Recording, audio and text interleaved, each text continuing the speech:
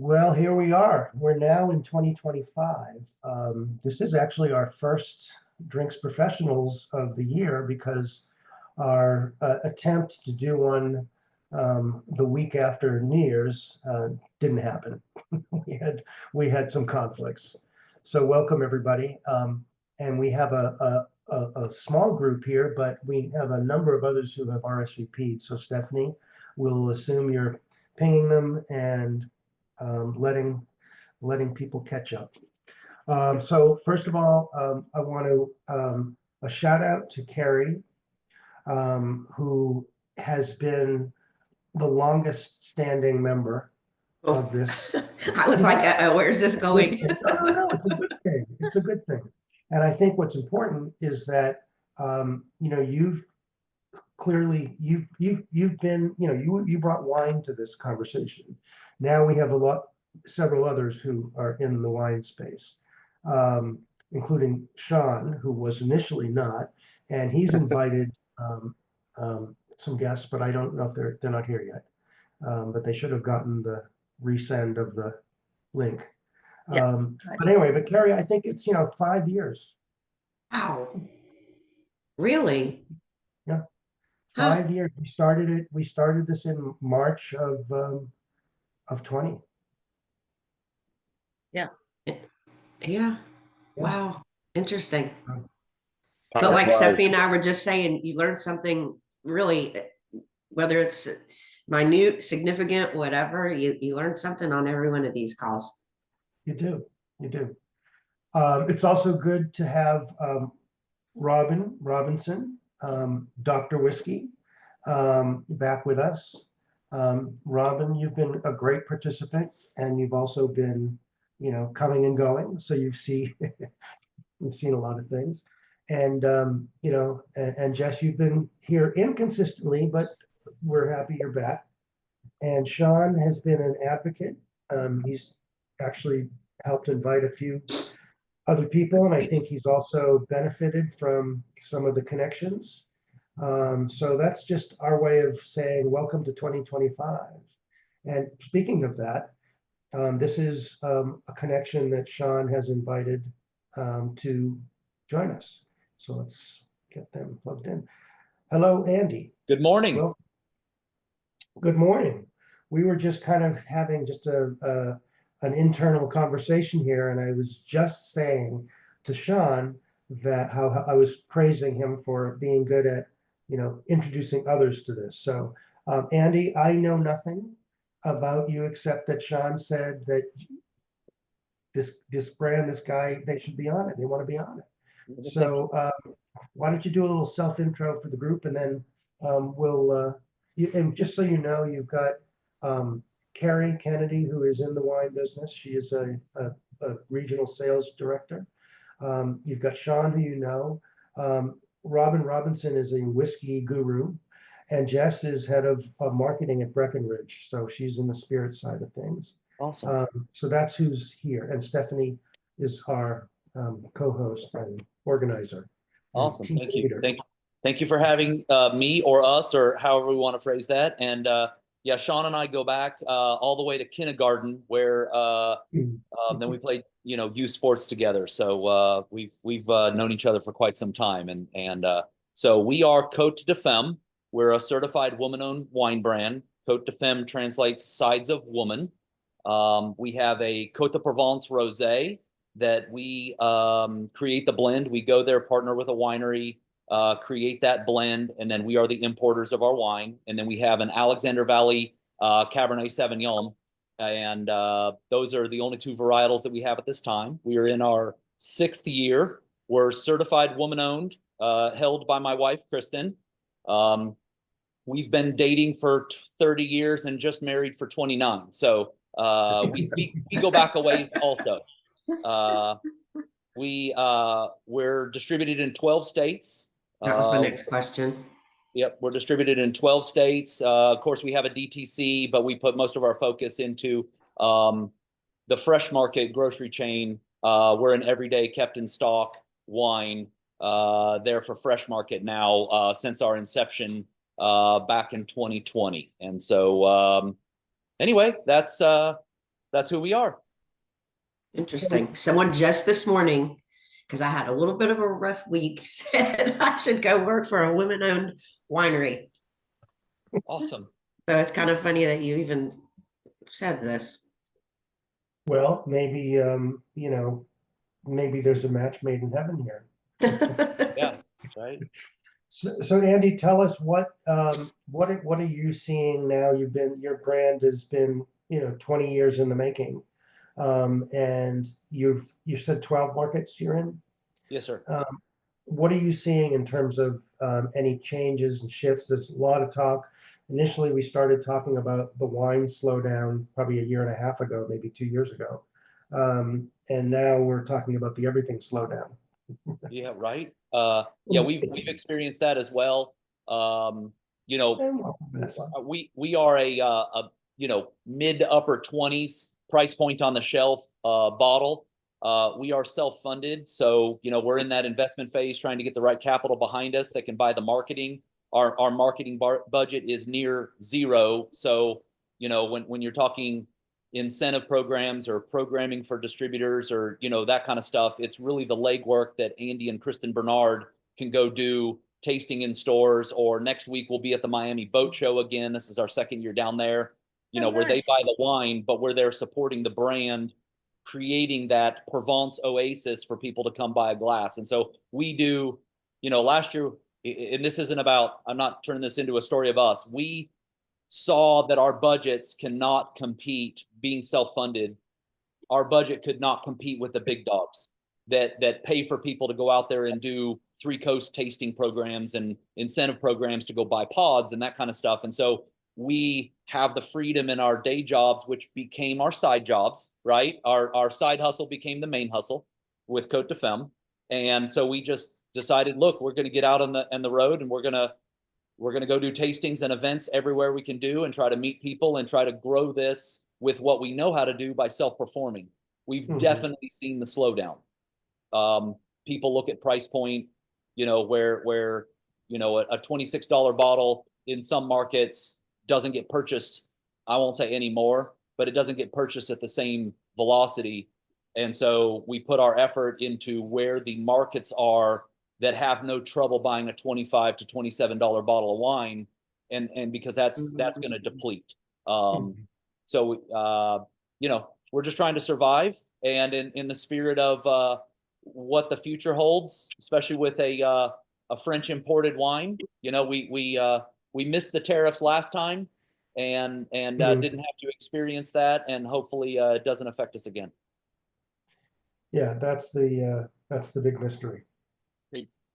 Michael and Andy, Andy, is there anything other than the markets that you're in right now that one of the things this group is really good about is like the additional struggles that you're having with distributor partners, having the ability to connect with all of us as a group if there's looking for expansion or opportunities. Michael's been very resourceful in connecting me with other people, leading us to get we were in a bind once we fired Southern Wine and Spirits in Texas, and they fired us in 8 other markets. So we were hunting for distributors, and that's when you do that, you got to know what's the fallout rate. So Michael, thank you for that. But at any point, if there's anyone on the call, Andy, it's always good to know that you have a resource here, and you can always reach out to Michael or well, Stephanie is leaving, correct, Michael? No, Stephanie's not leaving. She's I'm just changing my other job. Oh, that one. Okay. I was like The real estate thing that I do occasionally. So yeah. Got it. But well, thank you for that.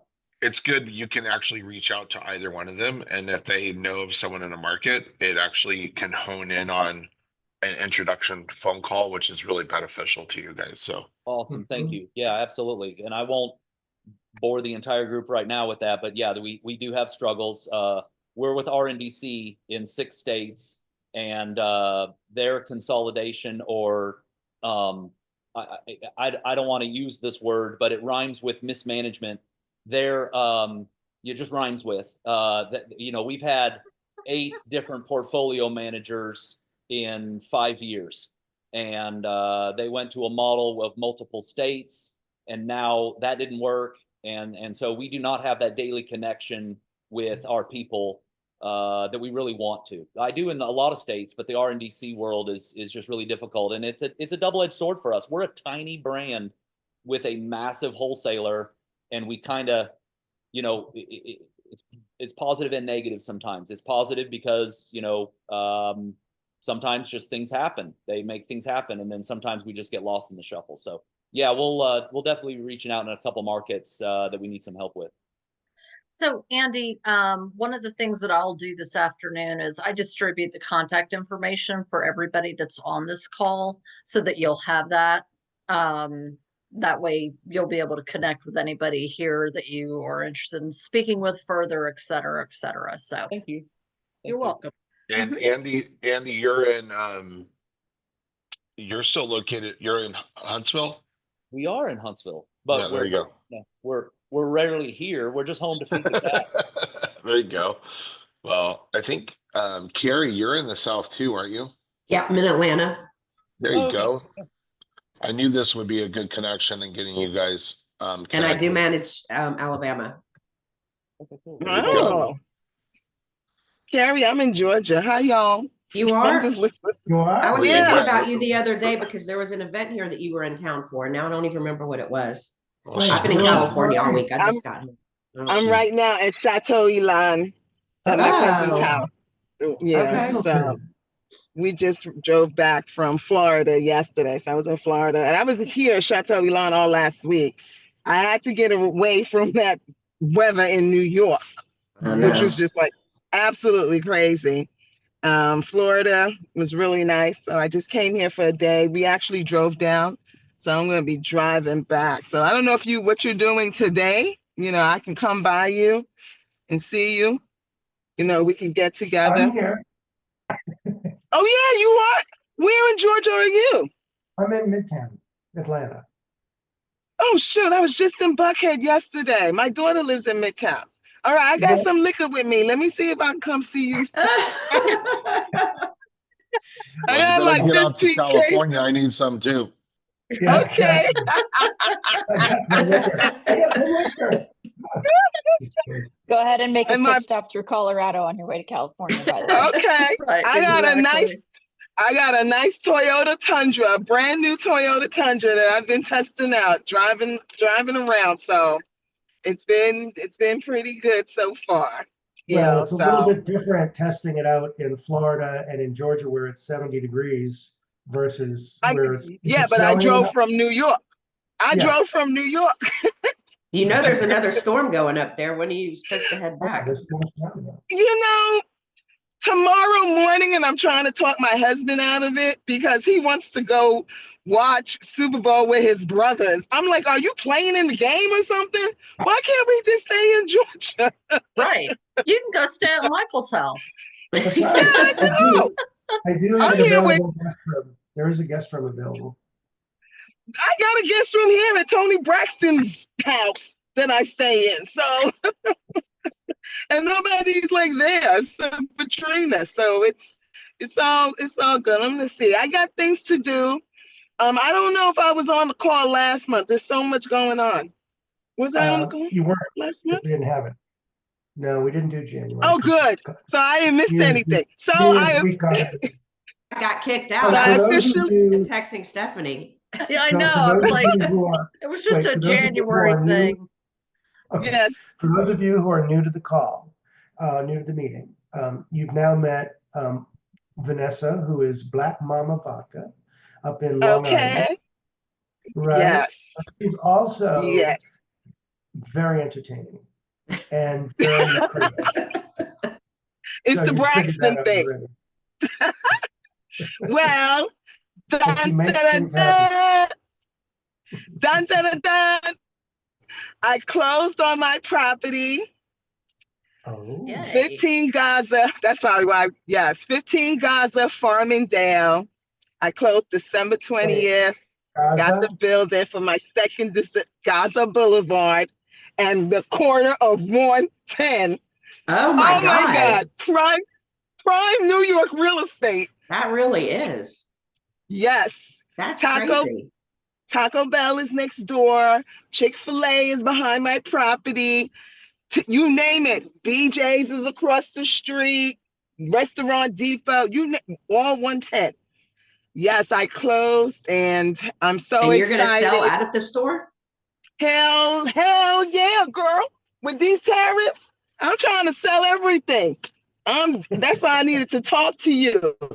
I think I'm gonna do my flavored wine. Oh, you are? Oh You've been yeah. Oh trying to do yeah. it for a while. I gotta pay this mortgage. So which is great, you know. I'm happy about this space. I got the roof done. My God, I can't believe how expensive things are in New York, even when you get it cheap. You know, I had to pay $44,000 for a new roof. Yeah, but it's a commercial roof. I think once people know you own a commercial property, they think you have money. Or, you know, you own a distillery. So it's been really good. So I'm just excited. I'll be moving my tanks when I get back. That's why I got to get back. I'll be moving some of my tanks out of the old space that you Oh, guys so came you're to. totally okay. I thought this was an additional No, thing. this gonna be additional, but I need the space at that I need the space of where I'm at. And I'm getting new equipment just as well, but I need my fermenters. I'm not buying new fermenters.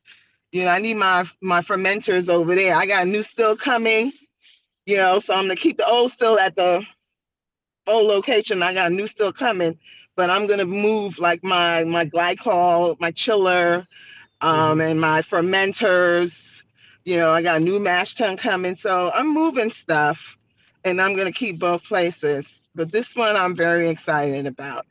You know, so that's me in a nutshell. And then I All got right, well, congratulations. Yeah, So thank you, congrats. thank you. And then my Hey, client Ron Vanessa. Isley, yeah, yes, Hey, the old distillery I work for, they had two of the, wow, can't remember what size they are. They're about 40, they're about 30 feet high. The mixing tanks, blending tanks. uh-huh, They had three 30 of them. feet high. They're big. But if you want They're the outdoor. introduction, I can do the introduction and see if it's something you might want to buy. Okay, where are they located? In California? Yes, ma'am. Yeah, hit me up. I'll hit you up. Yeah, hit me up. Okay. All And right. I just wanted to say, yes, RNDC has been going through a structure. I was listening to the gentleman. It's not just with the wines, it's also with the spirits. I just got a new portfolio manager at RNDC, and I didn't even get to know the previous one that was new that I got. So I don't even know what's going on with them, but they are consolidating. And from my understanding, Southern Wines, I know you said you were Southern Wines in California is getting ready to take over some of RNDC accounts. Yeah, I just got done. I just spent the week with them out there. I just got home last night with Southern in California. They Yeah, got, I think they have problems and stuff everywhere though. I don't know. yeah. So a major account RNDC is going to lose to Southern. So I don't even know what's going to happen. The word on the street out here is there might be a buy in 2026. Reyes purchasing RNDC. That's what I heard, Yep, Reyes. that's what I heard too. And I heard they're buying up a lot of distributors everywhere. Yeah, they bought 3 beer distributors last year in California.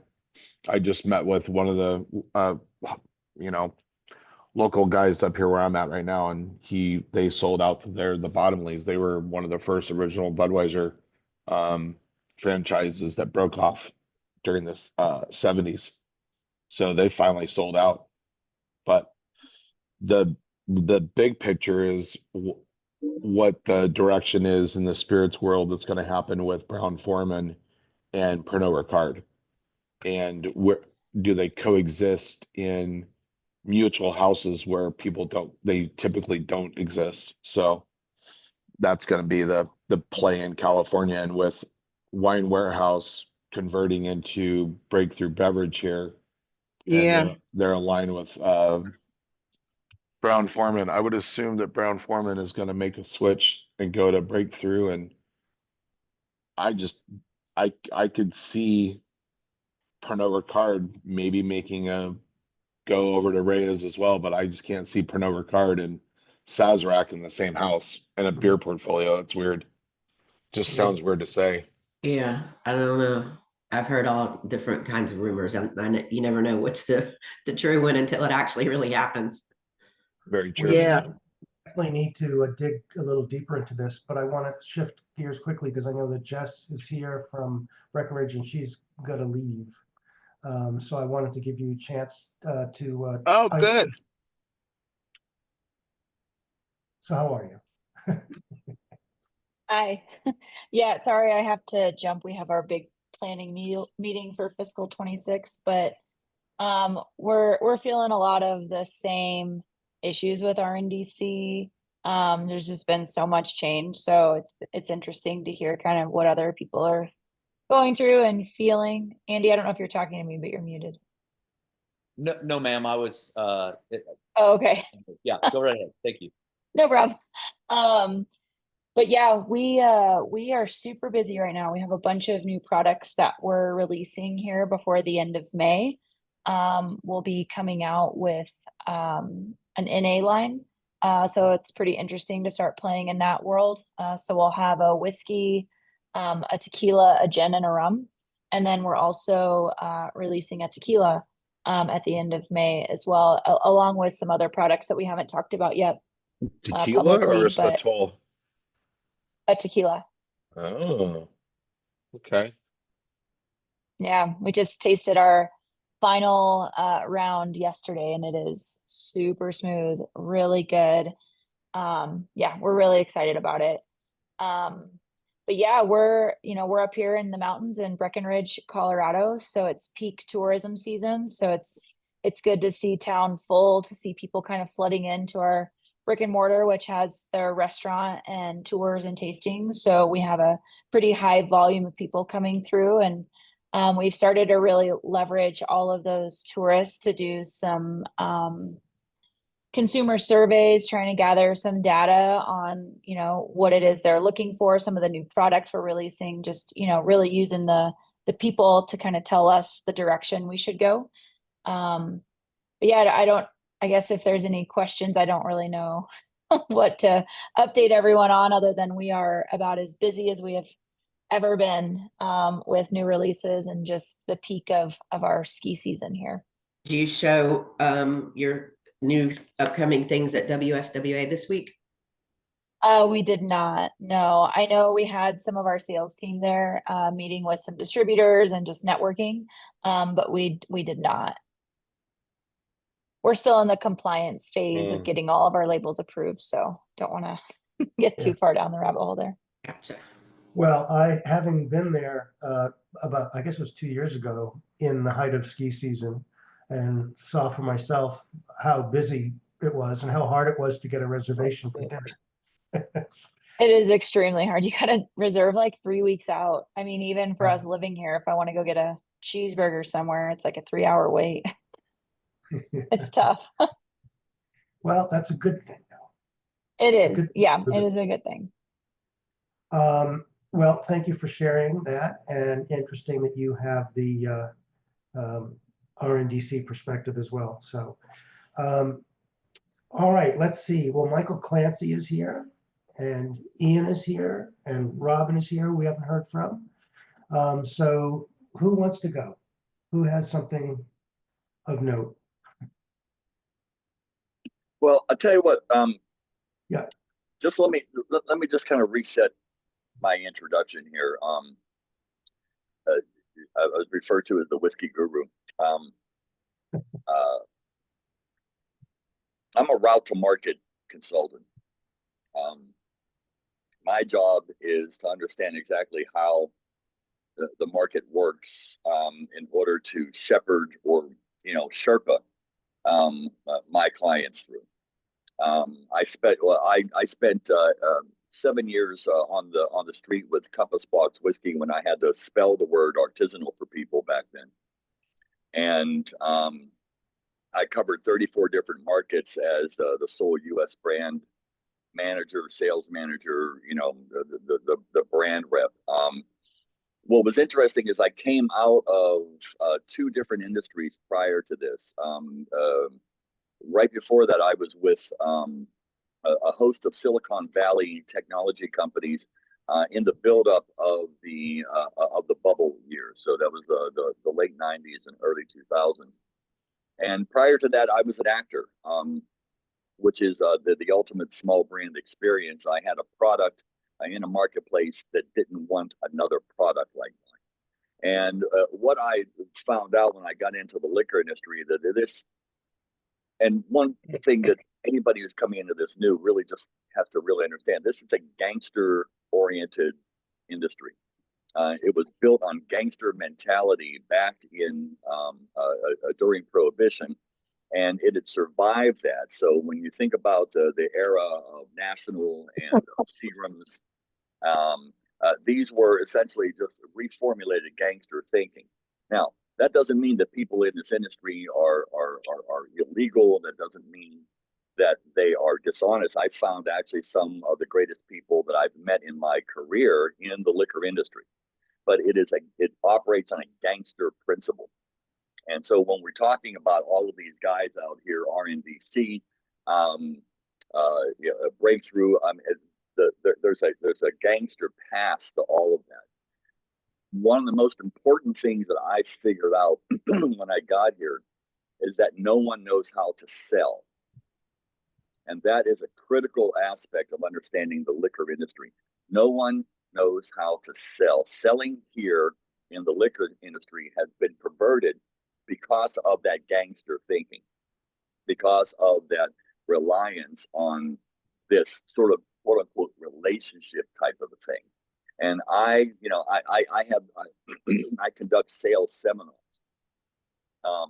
I do sales seminars for small distributors, for brands, and I lecture out at ACSA and ADI on issues just like this. And one of the things that I think that small brands really need to understand as they go through is how,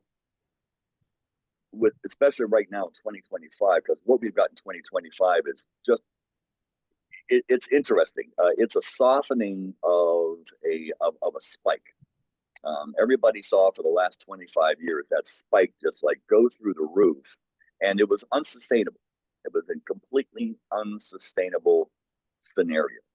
And I saw one brand after another brand after another brand after another brand come into the industry with an enormous amount of passion and no knowledge at all. And what they learned into the marketplace, what they learned from the people who were the refugees of the top tier old style gangsters. And so the bad news is we've got this lack of understanding all through the entire industry right now about how things actually do get sold. I came out of an industry in which we were selling, multi-million-dollar business systems to Fortune 1000 companies. And the idea of approaching as a consultant was the most important thing to think about. When I have brands, the first thing I ask a brand is put that bottle in front of the Zoom camera and tell me why that bottle exists. And if you say anything else beside it exists to make other people money, then you've got the wrong perspective on the industry. In a 3-tier system, the only reason that bottle exists is for someone else to make someone money. The distributor has to make money from it, and then the trade has to make money from it. And that is the only way that the brand is actually going to make any money off of that. And that is a consultative sales approach, understanding what the business aspects of each one of these are.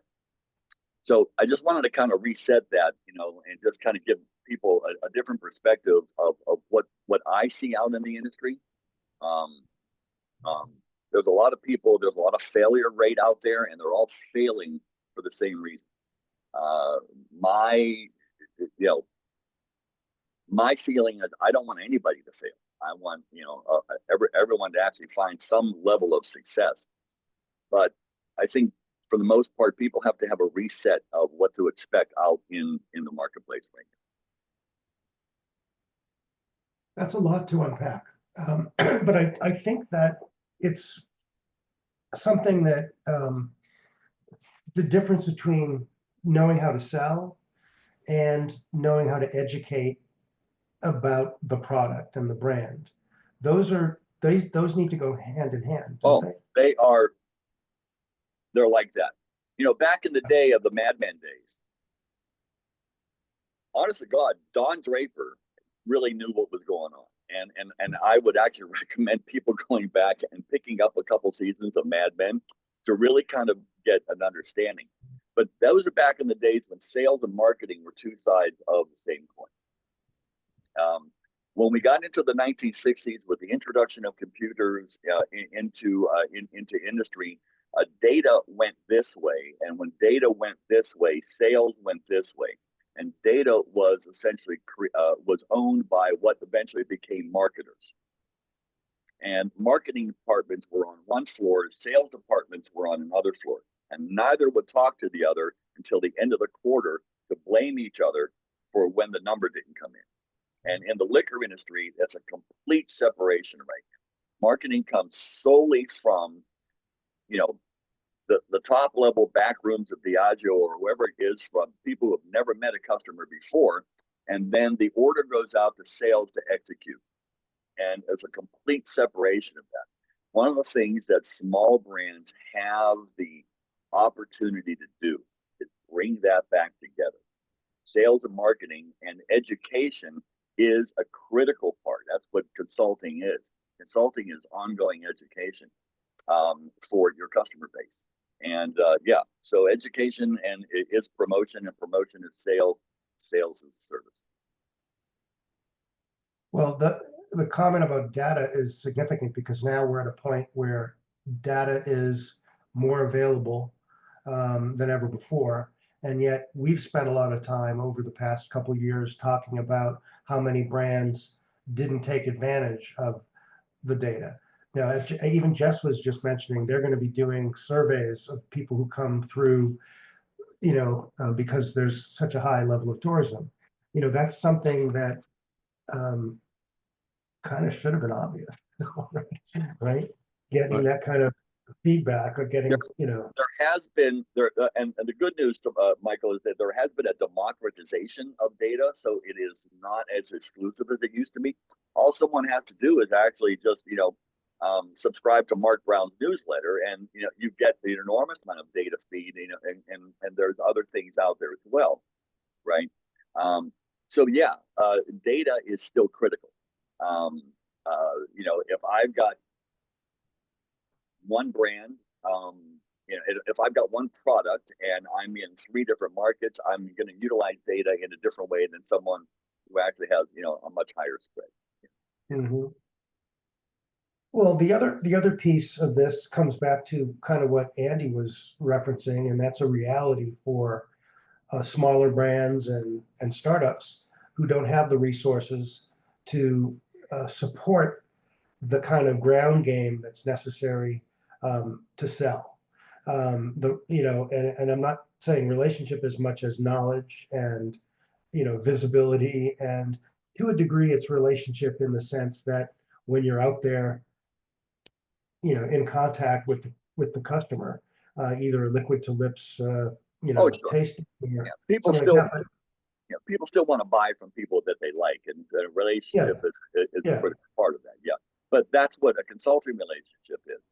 As a consultant, I'm now a valuable partner. So here's what happened when I got into the liquor industry. I knew zero about the liquor industry.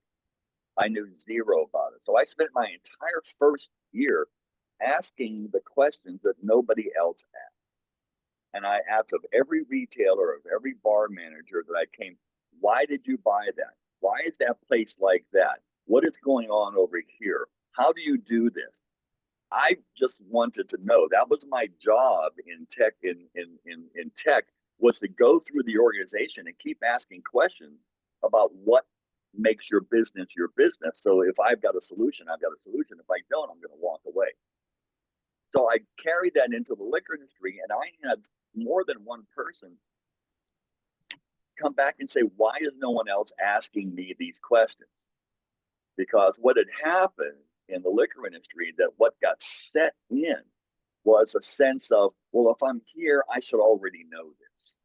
And so there's, you know, we all know there's a lot of skating in this industry. There's a lot of people in here that are just kind of floating through, right?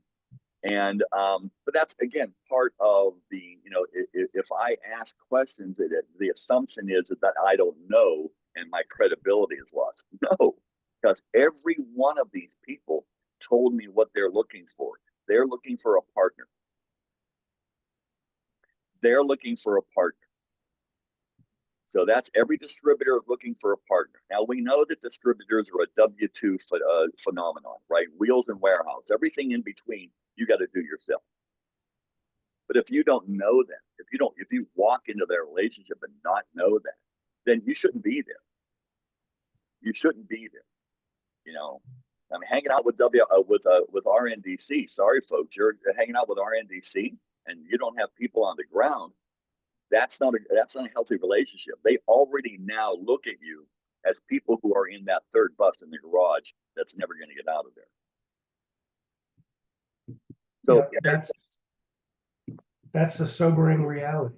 Yeah, right? that's the common reality of how this industry works. I am not expecting, you know, I've got a vodka, you know, I'm not, or I've got a one whiskey. I'm not expecting RNDC to give me any time at all. I'm lucky to get space in their warehouse, and that's what I'm going to use them for. Exactly, because they're going to give me access, but I got to do all the work. And if I don't go into that knowing I've got to do all the work, that's a fail point. Yeah. That's a major fail. Yep. Yep. And that's the reality of, you know, and the solutions are, like in the case of Andy, you know, he and his wife are now getting up and going into these markets, right, to make that connection, but there's only so much you can do. It's a terrible reality about it, but this is it's still, you know, the football metaphor, you know, Super Bowl's coming up. This is still a game of inches. You know, this is a game. There's no Hail Marys in this. You know, I was there at the very beginning when the first craft guys, when Gable and Ralph Lorenzo came up to me and told me they were making whiskey in the Hudson Valley of New York. I looked at them like they were out of their minds. I'm going, you're doing what? You know? And a lot of people looked at them as kind of like, oh my God, these guys have the magic ingredient. No, this was a bunch of lightning strikes that they were able to take advantage of. That was pure luck, and Ralph would be the first guy to tell you that. You know, Yep. At that time, no one knew what was going on, and a lot of people held them up. If you go to ADI conferences, they were the keynote speakers, but they were essentially being honest, like, this shouldn't have happened. You know, and you know, we've got a lot more information now about that. But you know, when you saw the evolution of like the small brand and of the craft brand, what hasn't evolved is people's sophistication about how to deal with the distributor. That is the number one thing that people I'm still seeing over and over and over again. That's why I'm seeing such a fail rate. That's why there's so much copper on the marketplace right now. Is people still haven't figured out what that thing is that they need to do with that distributor. And I remember somebody going up there and telling me they had, you know, one of my first clients said, here, I've got 250 PODs in New York City. I said, oh, great. So I took a look at the spreadsheet. I said, guess what? You've got 8% of them that are moving. You've got 8% that are actually depleted. So what does the 250 PODs mean? It means that your brand is taking up space, and your brand is actually being cheapened and hated because now you're taking up valuable real estate, right? Because it's not moving. And then management turns over, bartenders turn over. They go down to the basement and they look at, what's this stuff? you know, Yep. because you hired somebody to put a, you know, a 10 case drop down there, you know, and they did, and that was it, right? That was it, right? It's about the reorder. It's not about the It's placement. all about velocity. It's really all about the placement. Yeah, Yeah. absolutely. I think we gotta kind of look at ways around that and ways to get over that. Robin, I think it's the key. You know, keep I think for us, certainly as a small brand, and for a lot of what we do is we try and find ways around, and we're not very strong in the US. We're not very active in the US, but even in our own market, we try and find ways around barriers like distributors who don't want to work with you, don't want to play ball. Actually, one of the things, and I see Z is on the call here from EcoSpurts. One of the things that has been fantastic for us is we're now shipping a fair amount of product in EcoSpurts in the Irish market, and we're shipping that directly. So we're shipping that directly from our premises to venue. Okay, no distributor in the middle, right? So that's Nice. a chunk more margin for everyone. Mhm. DTC would be DTC is not a solution here. DTC. No, this isn't DTC. This is D2B. Oh, D2B. Okay, got it. Okay, but to who? Who are you shipping to hotels, bars, restaurants. in the US? No, in Ireland. In Ireland. So Sorry, how this is is- in our how home is- market, but this is a route Yeah. around the distributors who don't want to deal with a small brand, don't want to deal with a new brand, don't want the Oh, that's hassle. great. Yeah. They want the easy life. So and you know, I know the US market is significantly more complicated, but there's I think you've got to choose what arenas you're going to play in as well, you know.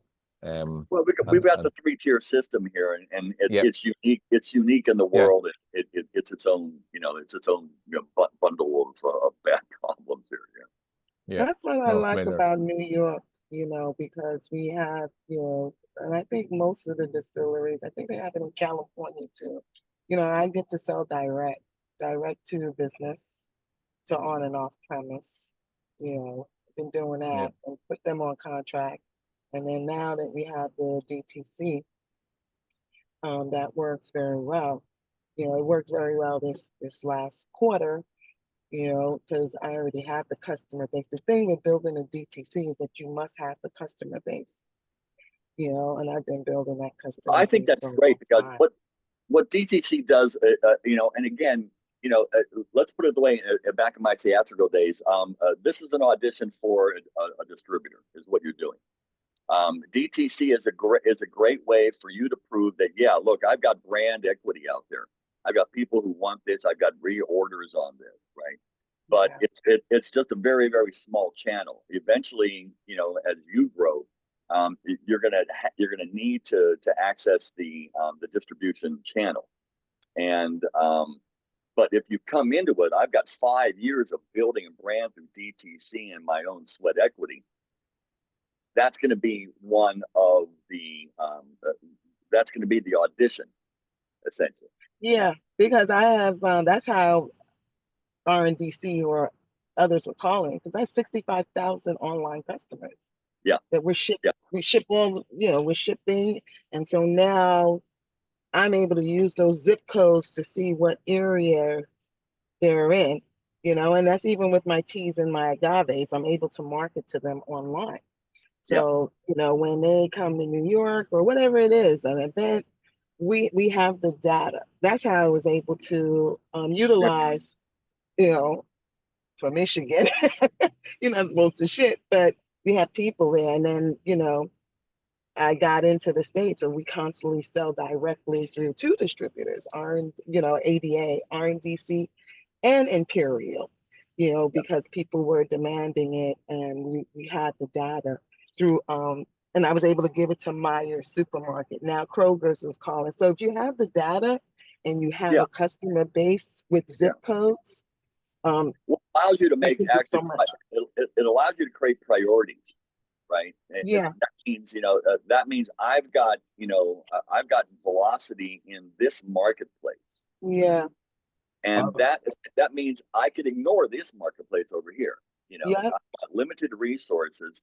Now I know where I can actually put the limited resources I've got over here. And now I can start attracting attention to the big guys, and they go, look what I'm doing in your marketplace. However, maybe in your case, they already saw that, right? And Right, they Robin, I'm just going to jump in here, right? And I'm going to add a little bit of context to this. So, firstly, if you guys haven't met me before, my name's Owen. I run the infrastructure for direct consumer in Europe. I help brands sell all over 6 different countries, UK, Central Europe, help them do Amazon, all of that sort of stuff. And I'm going to just tell you a little bit about how it's changed over here. So direct consumer is the thing that is driving purchases for distributors. So the big problem that people are having here is distributors have just like closed up like a clamshell. Nobody wants to take on new product. Everybody's gotten really risk adverse. So brand growth has been really down in the last year. So what a lot of brands have been doing is instead of going B2B to B, so you sell to your distributor, to sell to your retailer, to then do demand generation, they're doing demand generation first, getting the data of those sales, and then going to the distributor and going, hey, I've got these people already buying. There's brand like equity here. There is demand. And I just want you to put through the other channels.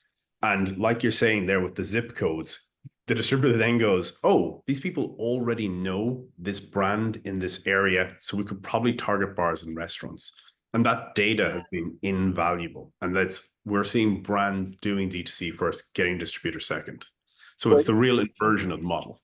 Here's what I'd be interested in asking a question on that. Is because the information that I've got back from people in Europe who are doing that is that there are 2 different things we're talking about. One is product sales. The other one is brand growth. And sometimes they are actually mutually exclusive from each other, which means from a DTC perspective, I'm essentially selling product. But that product can easily be replaced by another product if I haven't sold the equity of the brand. And what I've been finding out so far is that DTC is not a strong channel to grow equity of the brand.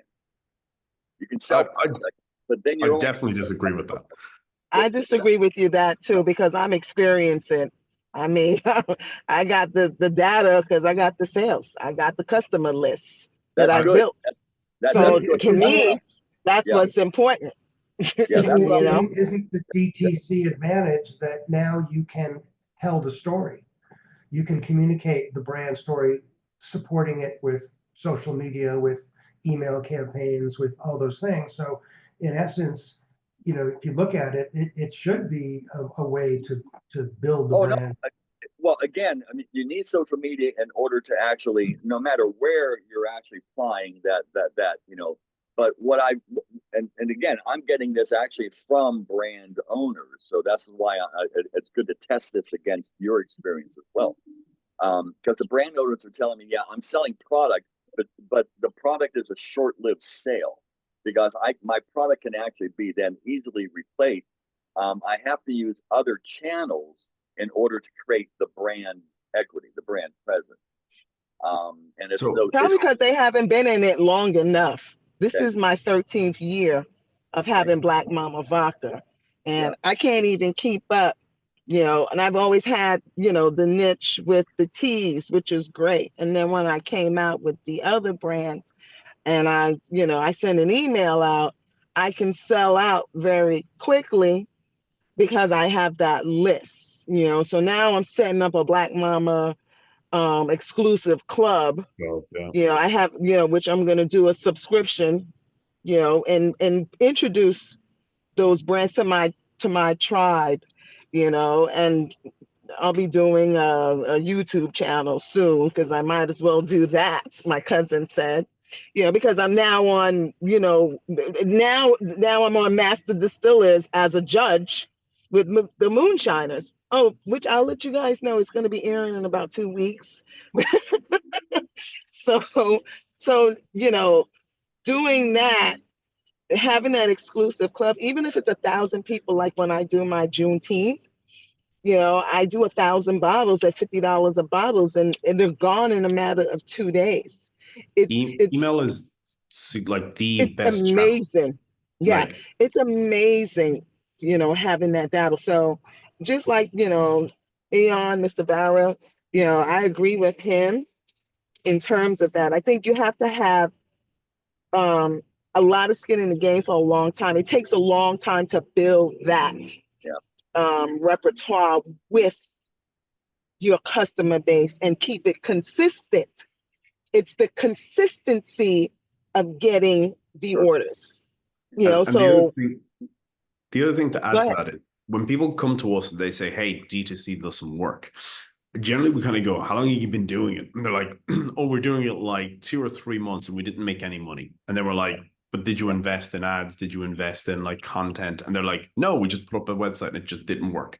And you're like, yeah, it's like fucking putting up a store and telling nobody Well, about that's it. not DTC. That's a different thing, pull and push, right? Yeah. DTC is push, push, push, push, push. If you set up and it's just pull, yeah, you're not going to go anywhere. Yeah.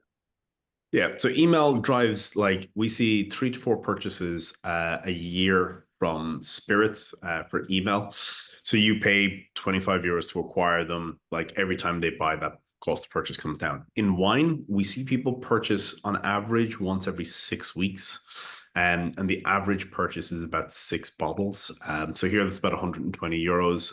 In spirits, we see average cart size being about 100 euros. So it's a really interesting space. Yeah, I see the same thing. The average cart size would be $92 to $108 because I have free shipping over $90. So people will try to add a couple of things. The other thing that I just recently added during the holiday, which it went extremely well, was 50 mils. I never liked 50 mils because I thought it was a lost leader in terms of selling the brand. So I stopped 50 mils years ago. Well, this Christmas I reintroduced it, and it seems like the profit margins are more with 50 mils. Yeah. When you think about it. Does Is that 50 on- mils provide a is- sampling opportunity? And then does that lead to bottle sales, full bottle sales? Yep. Is that So a- what is- we see brands do is that they will do a 50 ml bottle and you buy one bottle and you don't really make money off of one bottle because shipping's expensive, like everything's expensive. But you put in the 50 mils, people get the sampling, and then they come back and they buy 2. Or they go, I'm not sure about spending 100 quid. I'm going to try, 5 of these 50 mils. And the 50 mils cost about €1 to make, and you're selling them 5 each. It all works out. Yeah, and I have like a 6-pack, so the 6-pack turns out to be like $30. So it's worth it in the end to tie up your bottling line for those? So I bought a new bottling line. Oh, okay. Of course you did. Just I bought a new bottling line just for the 50 mils because I could not. Right. Because a lot of wineries don't want to do 187s because the profitability to tie up that line, it doesn't make sense a lot of times. So, yeah. Okay. So you have a line just for that. Question. Yeah, I had to because I just couldn't. So, but they have been really good because now for my vodka, the one that I make for New York, just exclusive for New York, Black Mama New York vodka, competing with Tito's. I have 5. Tito's 5 is a cases biggie we haven't minimum. mentioned with everything going on with them.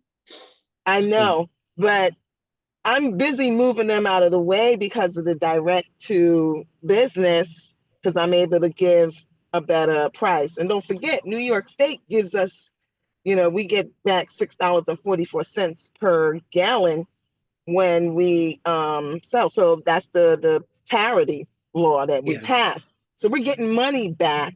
So we're able to give a better price on the spirits. And I can undercut Tito's or whoever when they're buying direct in New York, DC, and Maryland, where I sell direct. Can't do that so much with RNDC. But I see it monthly.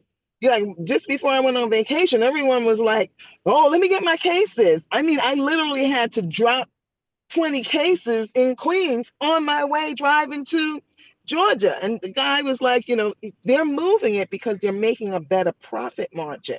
And I realized if my stores in New York, I got to figure this out outside of New York. They can make $8 to $10 a bottle.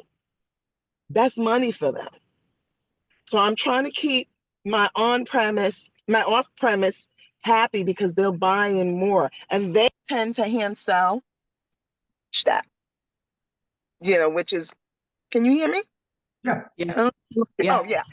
So I figured out, I had to figure out specific ways to as a small brand to stay in the market and do specific things, which will generate, more income and work very well with my not just my customers but my client base. And they're religious on this. And so I'm expanding that further, into my direct sales, so that can work because this market's changing. One of my retailers asked me if I can make a Hennessy. I said, no, not a Hennessy, but I can make a brandy. But I don't know if I want to invest in, he's in a predominantly Black community and the prices went up for Hennessy. So he called me. He said, Vanessa, can you make an American cognac? I said, I make brandy now, but I don't know if I want to do that investment. But I can do that investment with a 50 mil first. Yes. Yeah. And test the For sure. market. Yeah. So that's what I'm going to be doing. I ordered 100,000 50 mils from Berry Plastic, which, guys, I'm going to tell you, if you get 100,000, their pricing is like ridiculously low. So if you plan on doing 50 mils, get it from Berry Plastic, and I can't afford the glass, but the Berry Plastic, it's like 6 cents. 6 cents. That's unheard of, and I'm going to look into the eco, what is it? The econo spirits, right? Eco spirit. The eco spirits. Yeah, I'm going to look into that. Eco Eco spirits, But yeah. If So, anyone's so Michael, interested, is if it anyone's in interested, the I know US? Yeah, it's in Bob. the US, and Z, who's on the call there, is Mr. Eco Spirits in the US. And so he'll jump in there and give you let you know what the current status and what states it's in. So I'll let him go with it. But we've a fantastic, like, it's going well for us here. We haven't put as much resource into pushing it as we should have. But for what we have done in terms of promoting it, it is going really well. We had orders in January. No one buys drink in January in Ireland. No trade customers buy alcohol in January. No bars, no restaurants, no off licenses stock up, restock in January. We had decent sales in January in Eco Spirits because the stuff is moving. Okay, well, I don't want to hijack the call. I know that you guys have other stuff to talk about, but very quickly, Vanessa and everyone who doesn't know what EcoSpirits is, we're circular packaging technology. So we don't produce liquor. We are not a liquor company. We are not a distribution company either. We are a packaging solution. And so we work with suppliers and distributors to provide solution for circular packaging. It's all based around a glass bottle, but the glass bottle is redesigned with a protective layer, which allows for it to be in a market. You can look at it from the terms of how many times it delivers a liquor, or you can look at it how many years it's in a market. We can talk about 5 to 7 years of a lifespan when it comes to the actual packaging, or we can talk about that each packaging eliminates between 400 in terms of a small size to 1,000 in terms of a bigger size in Europe of a glass bottles and a packaging in its lifetime. When it comes to US, we are live all across Florida. We live around LA and San Diego, Southern California, and we just started in Vegas. When it comes to North America, we are live in Alberta. Actually, I just came back from a meeting with the Alberta Liquor Board, and they fully endorsed us and approved us for the growth in Alberta. And I'm actually in 3 weeks presenting the EcoSpirits to entire liquor board conference in Canada. And when it comes to the rest of the region, we are commissioning our equipment in Mexico, and we are commissioned and already active for a couple of years in Dominican Republic, Cuba itself, Cayman Islands, Bermuda, and soon to be in Curacao, Argentina, Colombia, and Bahamas. That is just for this region. When it comes to rest of the world, we are active in 35 countries, all across from Australia to Asia, Europe, etc. And Michael and his brother and his sister works with us now for 2 years, I believe, Michael, right? Yeah, I suppose really only properly live since Easter of this year. So, but yeah, no, it's so we are the operator for the island of Ireland, and it's actually really interesting because it's not just what happens on the island. So we have our own products, but also we have in the fall, as you guys would say over there, we ship product to Denmark to the Danish operator for Eco Spirits, and our Bart's whiskey is now in Scandic Hotels, which is a big hotel chain in Denmark. We are now the Irish whiskey that they are pouring in their bars in the Scandic Hotel network. 27 properties around Denmark. We have another good example. The press release is not out yet, so I can't share all the details, but the largest hospitality group with 1,200 venues around the United Kingdom just put out RFP and awarded the house vodka to a product which is in Eco Spirits based on a circularity. We are working with 2 large stadiums in the United States doing a similar thing, for example, or if you look at cruise lines or pump rooms within casinos, our tech is very prone to working within this environment, high volume, saving waste, etc.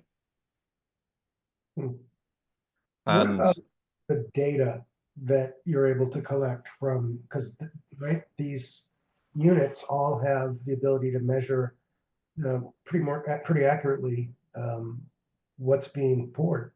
Yeah, I don't want to get people too excited here, Michael, because data was definitely something what you guys discussed when I got on the call, and I'm gonna have to jump off again because I have another call coming up. But we developed our own software called Circular One, which is compatible with Apple, Macintosh, Android, all of these. And it basically what it does is allows our technology, the EcoTote, which is the actual container itself, and the mechanism which gets the liquid outside of the packaging, as well as the packaging facility, because we have a repackaging facility in every market where we operate.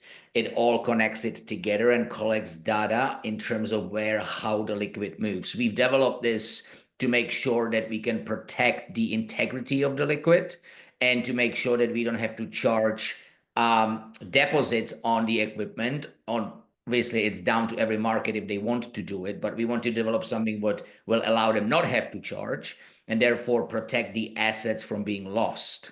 With that, the byproduct of it actually allows us to work on the next phase of this, which is to actually have a real-time data about consumption, how pours within a specific territories in every country, every city, every suburb, etc., because it's actually located based on addresses where the ecototes are delivered, and it's a real-time Wi-Fi connected a depletions record. So that is not launched yet. It's enabled via our technology, but it's not launched yet as an overall system as we are fully testing it within in various markets. Our home market is Singapore, which is one of the first ones actually testing the whole version of it.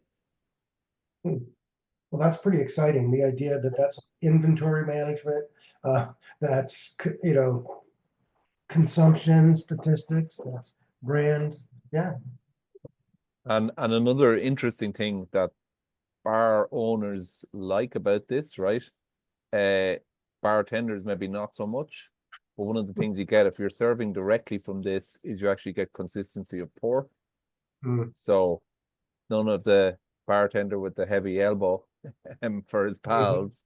None of the free shots that shouldn't be free shots. It's basically consistency of pour, and you know, you have less wastage from that point of view, and actually less mess as well, because if you're measuring into jiggers, you have drips and whatever, but you have much less mess if you're pouring directly out of eco. I just want to point out there, Michael, that you're right to say that, and that's definitely one of the parts which is heavily used in places like stadiums and festivals, etc., where the people are not really caring about the bartender and the whole show and the experience of sitting in a bar and having your martini be mixed in an old school traditional way, how it's always done. And so we developed several different options how to get the liquid out of the actual EcoTote. So most of the actual bars, which would be cocktail bars, etc., they still have the original bottles and etc. And they're refilling the bottles. Yeah, it's not, and refilling the bottle, or in the United States where we can't refill the bottle, we simply using the technology for pre-batching, which is a huge part of a consumption here, especially in world of pre-batched margaritas, slushy machines, cocktails on taps, etc. So just to point it out there that there's 4 different available options how to use the liquid based on what the operator prefers. So draft cocktails. In other words, in that case, you would have an EcoSpirits unit that was used to hold the mixed cup. Instead of what you do now is that you actually have cases of bottles, etc. Cases of bottles, etc. And you dump them into a pre-batch, and then the pre-batch go into a keg, and then you have 30 glass bottles and cardboard boxes to throw away. You get the liquid in an EcoTote. You do the pre-batching the same way. You use the same Excel sheet, which tells you how much of ingredient, etc. But when you've done the pre-batching, you have 5 EcoTotes, which they click into each other. You move them in a corner, they get picked up like a keg.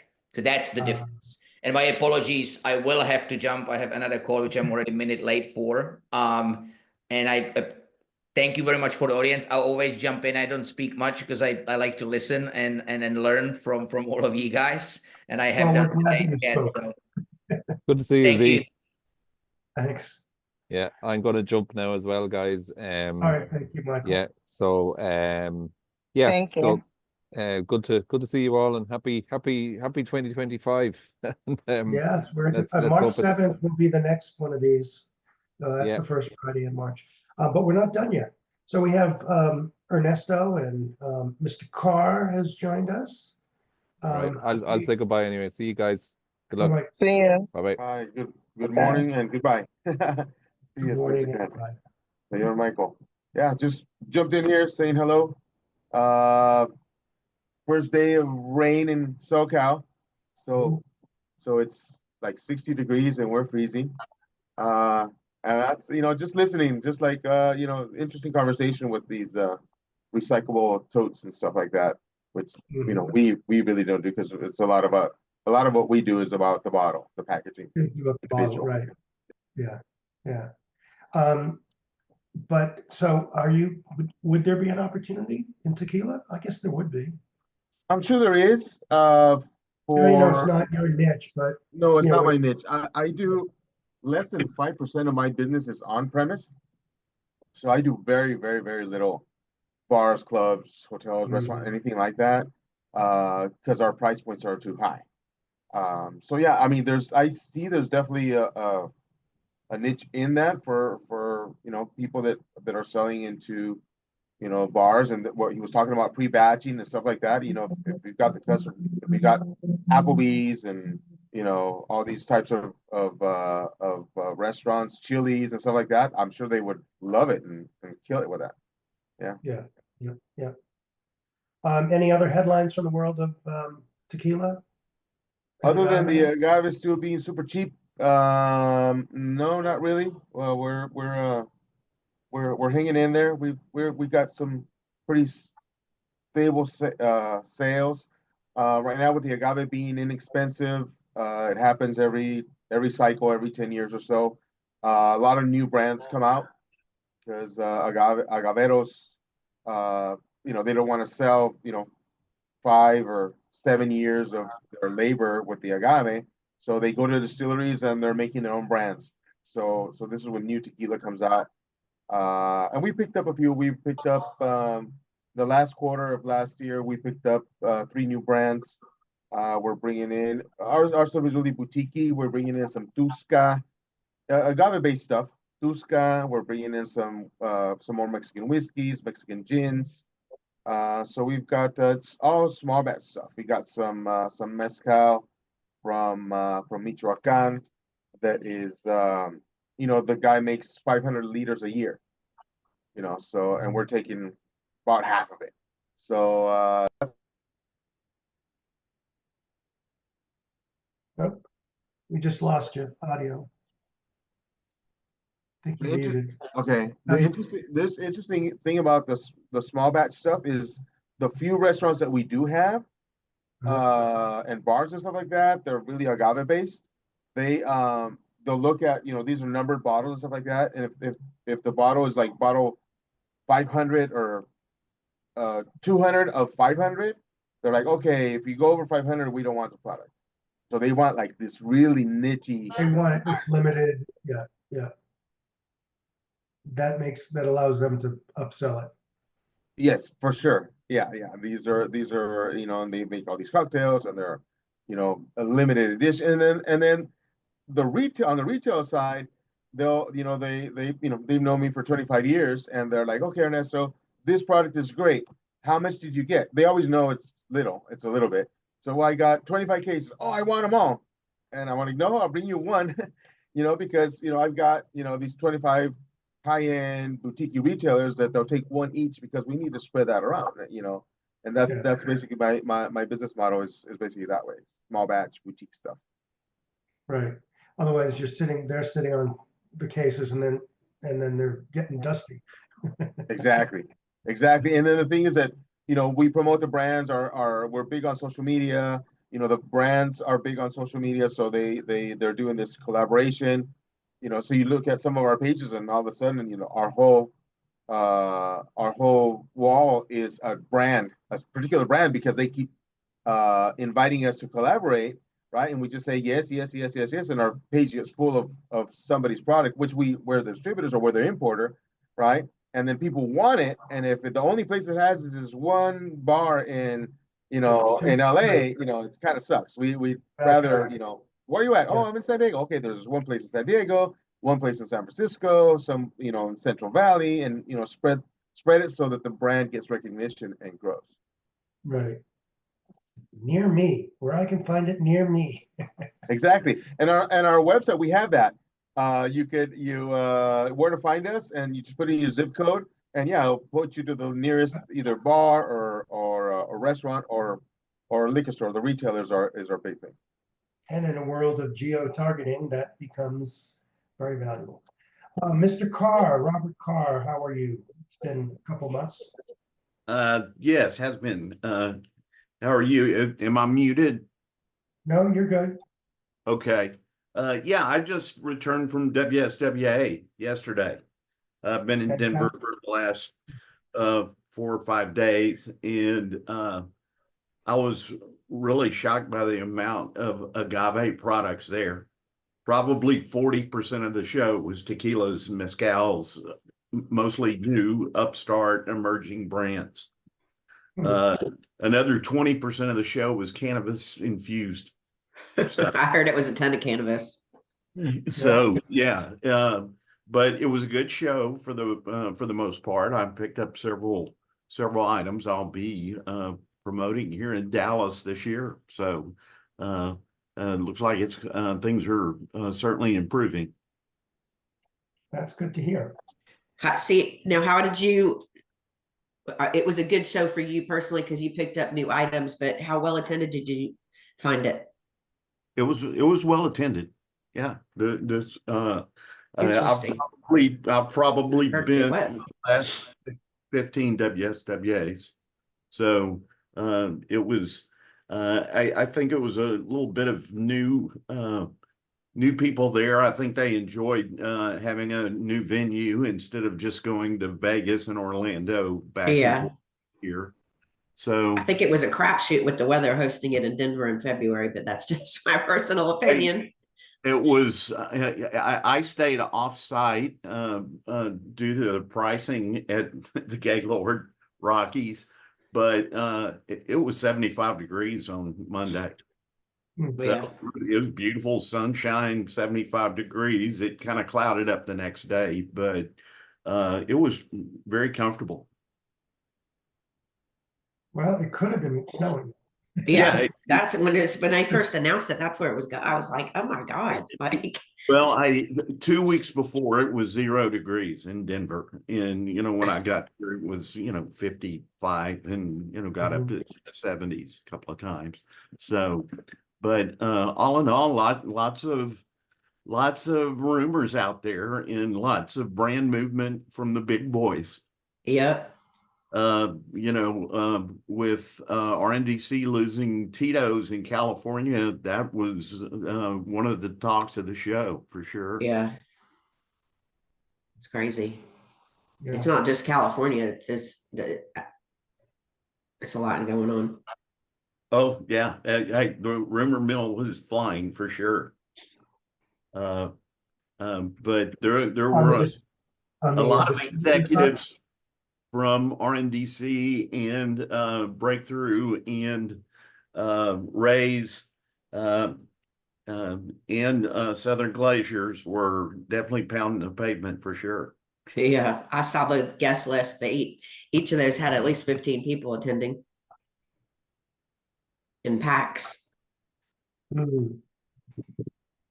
All right. So Vanessa, as we kind of wrap here, are you sticking around? Do you know yet? I'm debating. I'm serious that New York is under a winter storm watch starting at 7 a.m. tomorrow. I mean, they're getting snow. My husband. I'm gonna kill my husband because this is ridiculous. It goes from, or maybe it's 7 tonight until, no, I believe it starts on Saturday and goes to like noon on Sunday or something. But I believe it's that whole corridor going up that way. I don't know which route you take, but 95's, I think, gonna get hit. I'm taking 95. I'm taking 85 to 95. Yeah, but there's another way to go, 77 and 81 if you want to go through West Virginia. I would take the 77. Yeah, 81. 77 to 81. I drive it up every summer, and I do that because I want to avoid Washington and all the traffic. It's a prettier route. It's easier. I mean, I do the same. Not that I've done it in 5 years. But yeah, I'm gonna do that 77 because we got the dog with us too. Oh gosh.